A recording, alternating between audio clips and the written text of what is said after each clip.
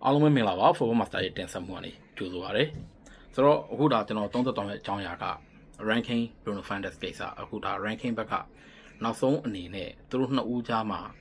စစ်ပြင်ငိမ့်သွားပြီဆိုတဲ့အကြောင်းကိုသူပြောတယ်အထူးသဖြင့်သူကဒီ Bruno Fernandes ကိုစကားပြောဖို့လိုနေပြီလို့ယူဆပြီးတော့သူဖုန်းဆက်ခဲ့တဲ့အကြောင်းနဲ့ဒီသူတို့ကြားထဲမှာအရင်ရင့်ချက်ပြီးတော့ချစ်စရာကောင်းတဲ့စကားဝိုင်းတစ်ခုဖြစ်ခဲ့တယ်ဆိုတဲ့အကြောင်းကို ranking ပြောသွားတယ်အဲ့တော့ဖြစ်စဉ်ကတော့တော်တော်များများလည်းသိပြီးဖြစ်လိမ့်မယ် Bruno Fernandes ကသူက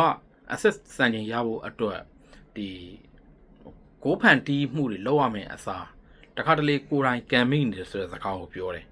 အဲ့ပြောတဲ့ဟာကို ranking ကဒီပွဲပြီး30ချက်လောက်တဲ့အခါမှာ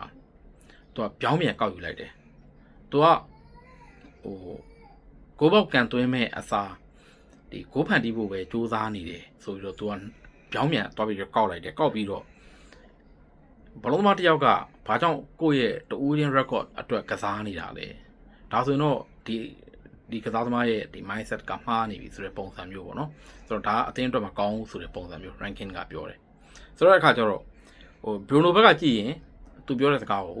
ပြောင်းပြန်ကောက်ပြီးတော့သူ့ကိုဝေဖန်တာ ranking ဘက်ကကြည့်တော့သူနားလည်မှုလွဲသွားတယ်နားလည်မှုBruno ပြောတဲ့စကားကိုသူနားလည်မှုလွဲသွားတယ်နားလည်မှုလွဲတဲ့အပေါ်မူတည်ပြီးတော့ဒီအမြင်ဆိုရင်တော့မဖြစ်သင့်ဘူးဆိုတဲ့ပုံစံမျိုးနဲ့ပြောတယ်အဲ့မှာ Bruno Fernandes ကဒီ The Diary of CEO เนาะဒီ podcast မှာ interview လုပ်တဲ့အခါကျတော့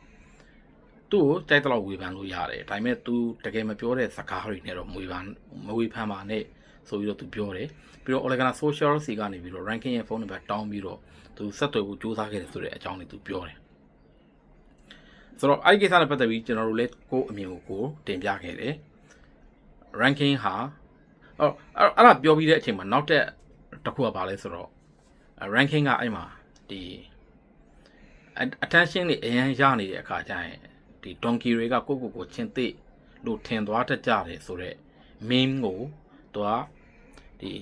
Instagram မှာတင်လိုက်တယ်ဆိုတော့အဲ့ကိစ္စဖြစ်လာတဲ့အချိန်မှာကျွန်တော်တို့က ranking ကဒီလိုတော့မဖြစ်သင့်ဘူး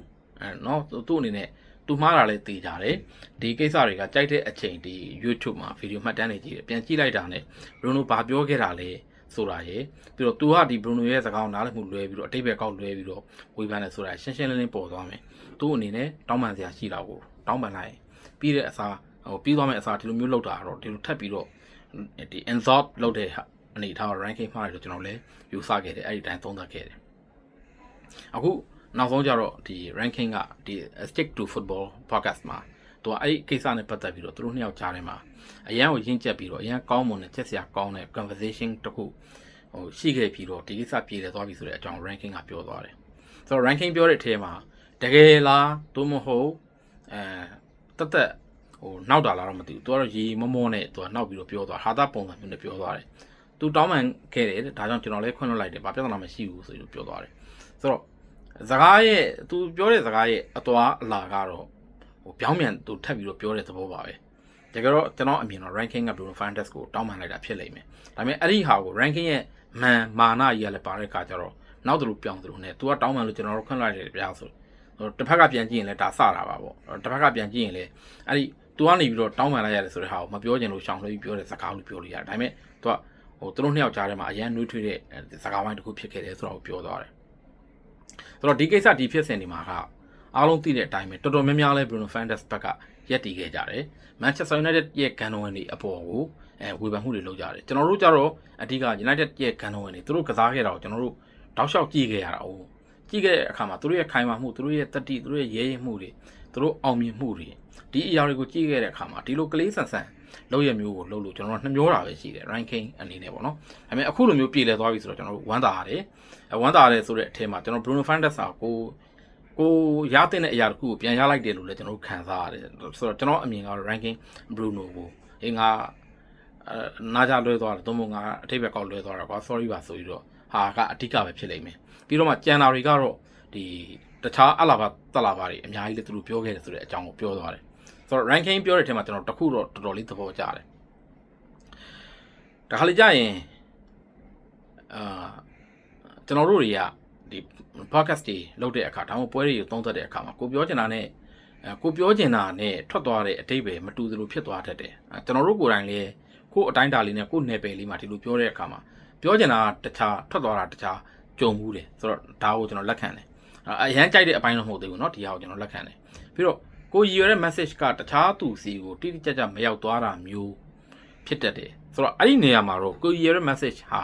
ကိုကစပြီးတော့အထိပ္ပယ်ကောက်လွဲမှာတော့ကိုရဲ့ message ကတခြားသူတွေစီကိုမမှန်ကန်ကန်ရောက်မှာမဟုတ်ဘူးဆိုတော့ဒီကိစ္စမှာကတော့သူပြောတာမူအားဖြင့်မှန်ပေမဲ့တကယ်တော့သူ့အမှားကိုသူနည်းနည်းလေးထင်ချန်ပြီးတော့ပြောသွားတယ်အဲ့လူတွေကစိတ်မကောင်းဖြစ်ကြတယ်အဲ့ဒီခါမှာကျွန်တော်စကားပြောလို့တယ်ပေါ့နော်ဆိုတော့အဲ့ဒီဟာကိုပြောသွားယူကျွန်တော်အကြိုက်ဆုံးအပိုင်းကသူကဘာပြောလဲဆိုတော့ကစားသမားတွေနဲ့ပတ်သက်ရင်တဲ့ကျွန်တော်စီးတစ်ခုထားတယ်တဲ့ကစားသမားတွေနဲ့အရောတော်ဝင်မနေဘူးကစားသမားတွေနဲ့စကားမပြောချင်ဘူးသူတို့ရဲ့ agent တွေကိုခဏခဏဆက်သွယ်ပြီးတော့ဒီကစားသမားနဲ့စကားပြောချင်လို့ကတောင်းဆိုတာမျိုးသူမလုပ်ချင်ဘူးအဲ့ဒါကတော့ကျွန်တော်ယုံလဲယုံတယ် ranking ရဲ့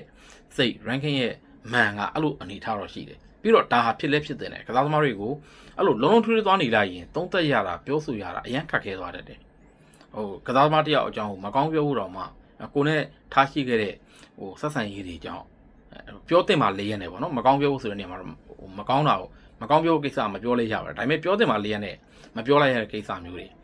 ရှိတယ်ပေါ့နော်ဆိုတော့ ranking ကတော့အဲ့လိုမျိုးကိုသူကကစားသမားတွေနဲ့ဆက်သွယ်ရတာမျိုးကစားသမားတွေနဲ့ဟိုနင်းနီးကက်ကက်နေရတာမျိုး agent တွေကိုကျွန်တော်မလုပ်ချင်ဘူးဆိုတော့ကျွန်တော်အဲ့ဒီဟာကိုကျွန်တော်လုံးဝထောက်ခံတယ်ဒါပေမဲ့တခါတလေကျတော့ဒီကစားသမားတယောက်ကကိုယ့်စီကိုဆက်သွယ်လာနိုင်တယ်အဲ့ဒီအခါမှာသူနဲ့စကားပြောဖို့လိုပြီလို့ကျွန်တော်ခံစားရတယ်ဆိုလိုတာက Bruno Fernandes သူကလူတိုင်းကိုဘယ်ကစားသမားတိုင်းကိုသူစကားပြောနေရမဟုတ်ဘူး Bruno Fernandes နဲ့ကတော့စကားပြောဖို့လိုနေပြီဖြစ်တဲ့အတွက်သူပြောခဲ့တာဆိုတော့ ranking ကတကယ်တော့ ranking ကလည်းဖုံးခေါ်ခဲ့တာBruno ကသူ overlap ထဲမှာလည်းသူပြောတာ ranking ကိုဆက်သွယ်ဖို့ကြိုးစားခဲ့တယ်ဆိုတဲ့အကြောင်း social စီကဆိုတဲ့အခါကျတော့အခုက ranking ကသူကိုယ်တိုင်ဖုန်းဆက်လိုက်တာပေါ့နော်သူကိုယ်တိုင်ဖုန်းဆက်ပြီးတော့သူတို့ဒီအကြောင်းတွေကိုပြန်ပြောကြတယ်Bruno Fernandes ကလက်ရှိ Manchester United အသင်းရဲ့အရေးကြီးတဲ့ကစားသမားတစ်ယောက်ပါဆိုတဲ့စကားကိုသူထည့်ပြောသွားတယ်ပြီးတော့ကျွန်တော်ကိုယ်တိုင်လည်း Manchester United ကစားသမားဟောင်းတစ်ယောက်ပါဆိုပြီးတော့သူပြောသွားတယ်အဲ့ဒီခါမှာကျွန်တော်တို့ဒီစကားဝိုင်းကအဆိုပြေခဲ့တယ်ကောင်းမွန်ခဲ့တယ်နှွေးထွေးခဲ့တယ်ပေါ့သူလည်း Bruno Fernandes လည်းအဲ့ဒီလိုပဲခံစားရမယ်လို့ကျွန်တော်မျှော်လင့်ပါတယ်ဆိုပြီးတော့ ranking ကပြောသွားတယ်ဆိုတော့ဒါဒီ ranking နဲ့ Bruno Fernandes စစ်ပြင်ငိမ့်သွားတဲ့အခြေအနေသူတို့ကြားထဲမှာနားလည်မှုရသွားပြီဆိုတဲ့အခြေအနေနဲ့ပတ်သက်ပြီးတော့ဒါဟိုတင်ဆက်ခဲ့တာဖြစ်ပါတယ်ကြည့်ရှုအားပေးခဲ့ကြတဲ့ Football Master ပရိသတ်များအားလုံးအထူးပဲကျေးဇူးတင်ပါတယ်